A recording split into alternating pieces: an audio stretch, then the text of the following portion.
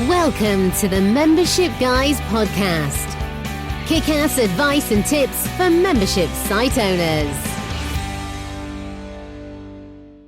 What's up, everyone? Welcome to the Membership Guys podcast. I'm your host, Mike Morrison. Thank you so much for tuning in for this week's episode. I truly appreciate each and every one of you. If you're brand new to the show, go ahead and hit subscribe to make sure you don't miss a single weekly dose of proven practical membership tips and advice. And if you are a long-time returning listener, you know I love you. Thank you so much for sticking with the show. I so appreciate all of your feedback, all the love, all the support you show to us each and every week. And if I just ask a little favor, if you enjoy the show, if you found it useful, if the stuff we talk about has helped you within your membership journey, please do go ahead and hit 5 stars in that review section in iTunes, Stitcher, Overcast, or whatever the hell it is you listen to the show in. Leave a little review, leave some kind words, let us know how the podcast has helped you, and of course, that'll help others find us so we can make more of a difference and more of an impact. All right, today, you can tell why I'm warming you up and I'm kind of sugaring you up a bit, because today's episode, we're talking about something that sends shivers down the spine of many membership owners. Refunds. Dun, dun, dun. I should really have a sound effect there rather than me trying to sing my own effects. But anyway, specifically today's episode, we're talking about what your membership refund policy should be. Should you offer refunds? And if so, how do you want to handle them? Now, many membership owners aren't really sure, they're not really clear on whether or not they should be offering refunds and what their refund policy should be. Honestly, I think a lot of us try not to think of refunds, or, we almost live in fear of them. It's literally the worst thing that can happen. Not only does someone leave your site and stop being a member, which, even though it's part and parcel of being a membership site owner, still kind of stings when someone cancels their membership. But not only are they canceling their membership, they want their money back for the time they've been a member.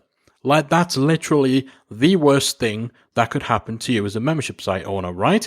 Especially if your membership is one where somebody signing up gets access to everything, all of your content, nothing is held back, you're not drip feeding anything. In those cases, should you be offering refunds? How should you be approaching them? Now, some people running memberships just flat out refuse to offer refunds. You pay your money, you take your chances. If someone has fully read your sales page and your marketing material, then there's no chance that they could justify asking for their money back because they've had what they paid for, they knew what they were signing up for, they can't use the excuse that it hasn't met expectations and this, that, and the other. So some people refuse refunds on that basis. Other people offer refunds, but they make them so conditional that they may as well just not offer refunds at all. You know the sort, you can have a refund as long as you can prove that you've implemented literally every piece of our advice to the absolute letter, and can also prove that you've not had a single result, not even the most minuscule of benefit, or even cracked a smile during the whole time you've been a member. Seriously? You might as well just not bother. You might as well just say no refunds. Because, there are some totally legitimate reasons why you might not want to issue refunds. End of the day, you don't like giving money back. Now, of course, memberships is not just about the dollars and cents, the pennies and pounds. Hey, but you gave that money to me. I quite liked having it. Maybe I spent it already. I don't want to give it back. It's not a bad thing, or an unnatural thing, or even a greedy thing to not want to return something that was given, especially if you feel you've earned it, if you feel you've delivered on what someone joined your membership for, what they paid for. There's nothing wrong with feeling like that, with feeling like you're getting the short end of the stick. And of course, quite often we find people are worried about members taking advantage, stealing all of your goodies, downloading everything, leeching from your membership site, and then getting their money back and running off laughing, knowing that they've screwed you over.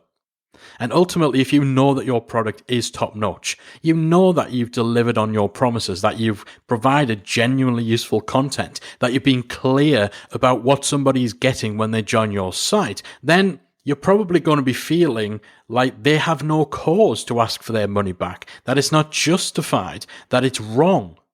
Especially with memberships, where usually, most memberships are low ticket, low price products. We're not talking about $2,000 courses here. We're usually talking about 30 to 40 bucks. You can't just let us keep the 30 to 40 bucks. You seriously don't think you've had anything worth that amount? Really? But the fact is that while it may hurt your feelings, while it may hurt your wallet, or honestly, while it may just flat out annoy the hell out of you when people ask for a refund, having a fair refund policy and not treating refunds with hostility is ultimately a good thing for you and for your membership. First of all, having a fair refund policy sends a message to your members that you are confident about your membership site and its content.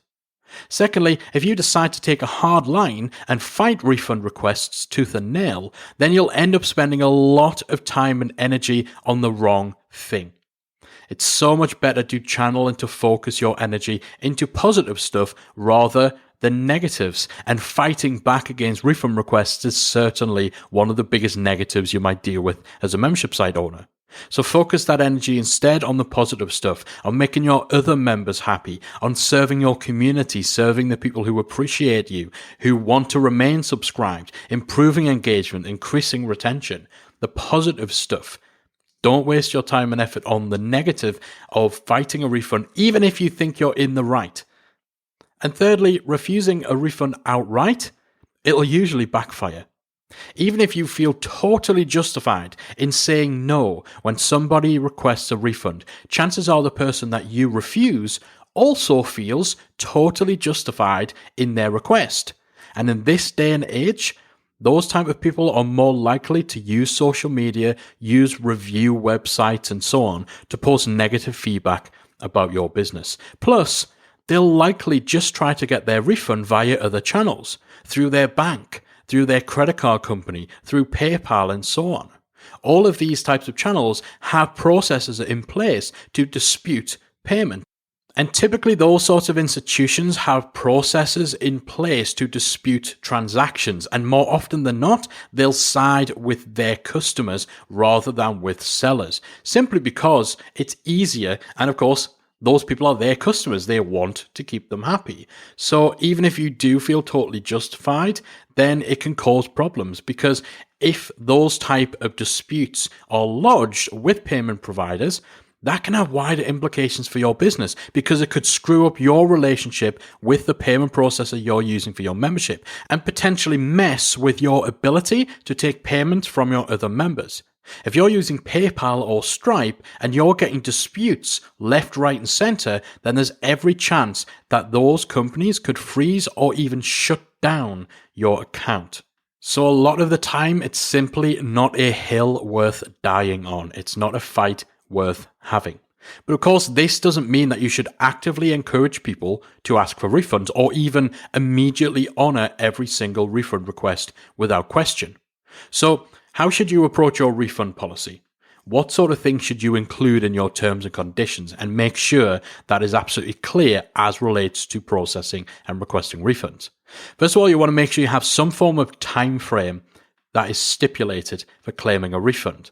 Now, we've talked before on this show about offering a money-back guarantee, and obviously that is all about refunds. So back in episode 99, if you go to themembershipguys.com/99, you can check that episode out. Money-back guarantees are a great form of risk reversal, and typically with these, you set a specific time frame in which a refund will be given with no questions asked. Usually, this is 30 days, but some people stretch it further to 45 days, 60 days, 90 days, or whatever, to try to make it a big selling point. It's perfectly fair to stipulate that refunds will only be issued within a certain time frame. Make that time frame a reasonable one. So, for example, don't limit it to the first 48 hours. Make sure that there's plenty of time for your members to actually use your membership, consume your content, and so on. That's good for them because they're not getting screwed over if it turns out that you've underdelivered or that your membership is not what they thought it was.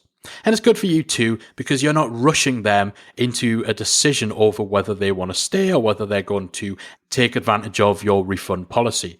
You want to give them the time to actually use your site and determine whether it's the right fit for them. So make sure you have some form of time frame in place for claiming a refund related to when somebody has first joined. In the vast majority of cases, people requesting refunds will be new members or people who have joined recently. And the refund request will be because they don't feel that your membership is right for them. They want their money back. So ensure you stipulate a time frame for that. It needs to be reasonable for you, but reasonable for them. It's not reasonable for somebody to say 5 months in, this isn't what I thought it was going to be, because they've had 5 months to assess your membership, and that's more than enough time. 30 days at a maximum 60 days, that's a more than reasonable window for claiming a refund. Additionally, when you're talking about refund policy within your website terms and conditions, you should also highlight anything that refunds do not include. So if, for example, your membership includes other services or other products as kind of an add-on, maybe it's software, maybe it's a tool, maybe it's a physical product or gift, or perhaps somebody gets a discount on something, a free event ticket, or a license to use software. You need to make sure that you think about all that sort of things. Now, of course, that's not going to apply to all memberships, but if you have that sort of stuff, make sure you address it in your refund policy.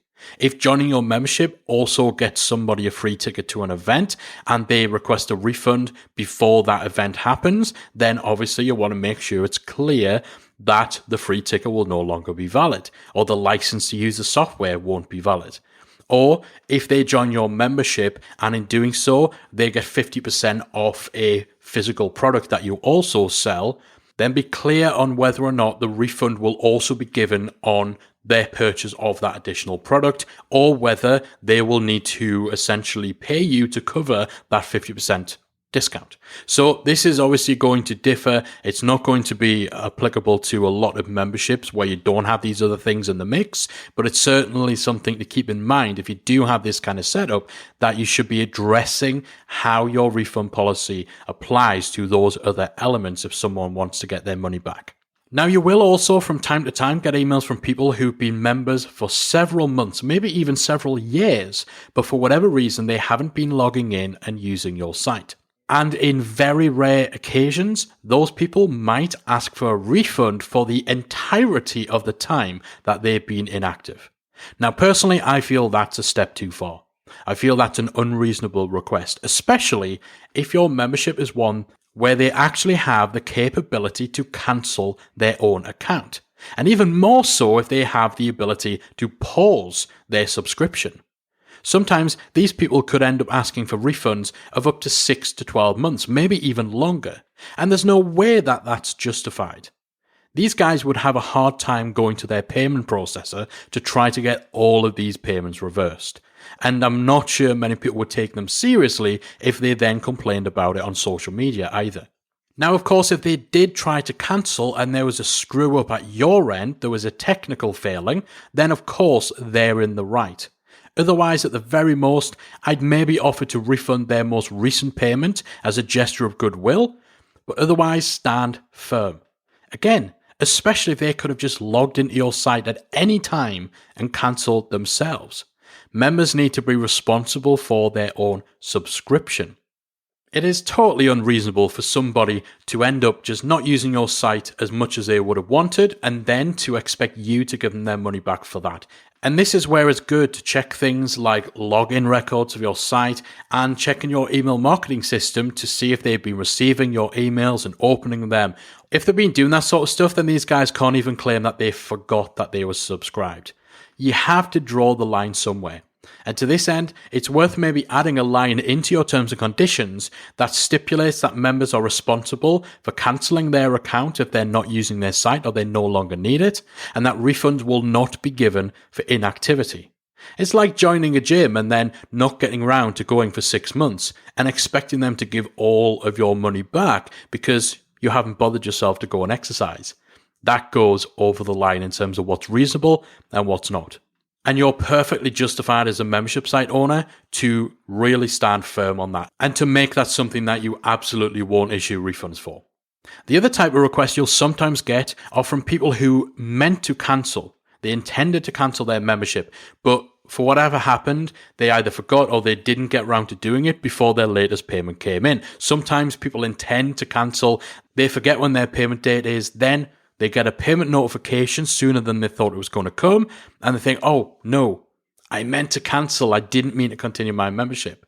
You will get people asking for a refund in those cases. And often those requests, they'll arrive within a day or two of a payment being made. And while you could technically argue back against them, again, members are responsible for their unsubscription. Personally, with these type of requests, I would just go ahead and honor them. It's not worth sullying that relationship, keeping in mind that often members will come back after they've left your site. And even if they don't, quite often they will be sharing their experience and their opinion of your membership with other people. Whether it's a positive or a negative experience comes down to you. And standing too firm on giving this kind of refund can definitely turn that positive into a negative. And if they're requesting a refund within a day or two of that payment being taken, then they've not had anything that they shouldn't have had because they're reversing that early. It was a mistake. They didn't mean to continue on. Now, of course, if somebody pays on the 1st and then contacts you on the 30th to say that they meant to cancel and they want their money back, then that's a no-go because they've had the month that they paid for. And there's no way for you to get that month back. But again, this is all about picking your battles. You know, one thing that we do see people doing that I consider an absolute no-no is immediately cancelling a member's access to their site the second that they cancel their membership, regardless of when their cancellation date is in relation to the time they paid for. If someone makes a monthly payment to your membership, they have paid for an entire month. And when they cancel, they're not cancelling their access. They're not cancelling their membership for that month. They're cancelling the recurrence of that membership, the recurrence of that access, effective at the end of their current paid for period. If you're screwing members over and kicking them out the second they cancel, the only way you can justify that is giving them a pro rata refund. If someone's paid you for a month and you've only delivered on half of that, they cancel halfway through the month. They paid for a full month, you've only given them half a month because you kill their access straight away. You should be refunding them for the time that they're not getting. Otherwise, you could find yourself in hot water. Some people get away with this, but you're relying on members not being savvy enough to know that this is undoubtedly something which contravenes a whole bunch of consumer rights, regardless of what country you're in. So again, this is something else to factor in when it comes to refunds. Now, all of this really does come down to just being fair, while also ensuring you're not leaving yourself wide open to being taken advantage of. So here's just a few more tips on refunds. First off, make sure that you're keeping track of how many members are actually asking for a refund. Track those stats. Pay attention to any ups and downs and spikes, how they correlate with your sign-ups, your cancellations.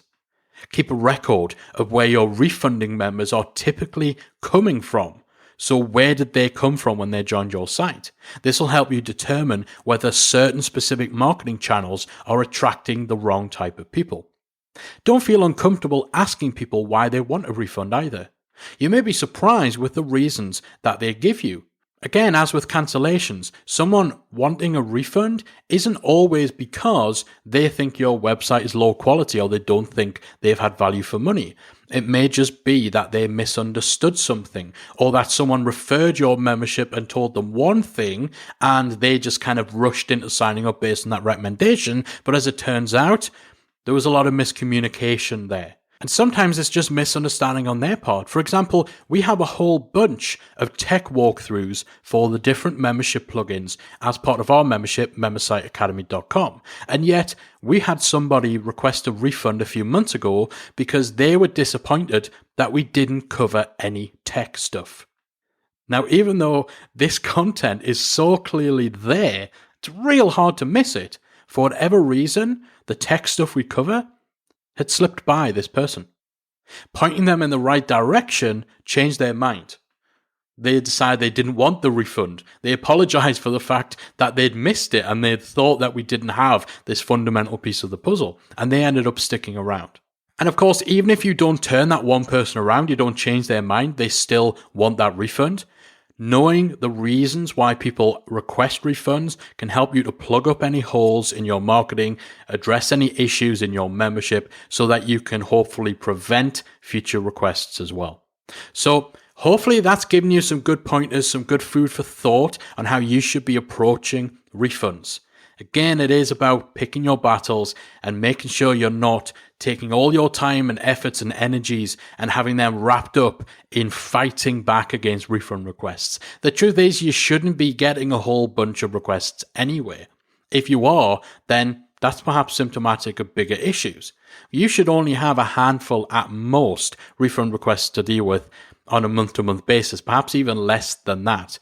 But I suppose the scarcity of those requests coming in means that they sting a little bit more and means that perhaps you are a bit more tempted to fight back against them. But as we've covered, that's not always the best route to go. Hopefully this episode has helped you to figure out what your refund policy should be and what to do next time somebody requests a refund on their membership.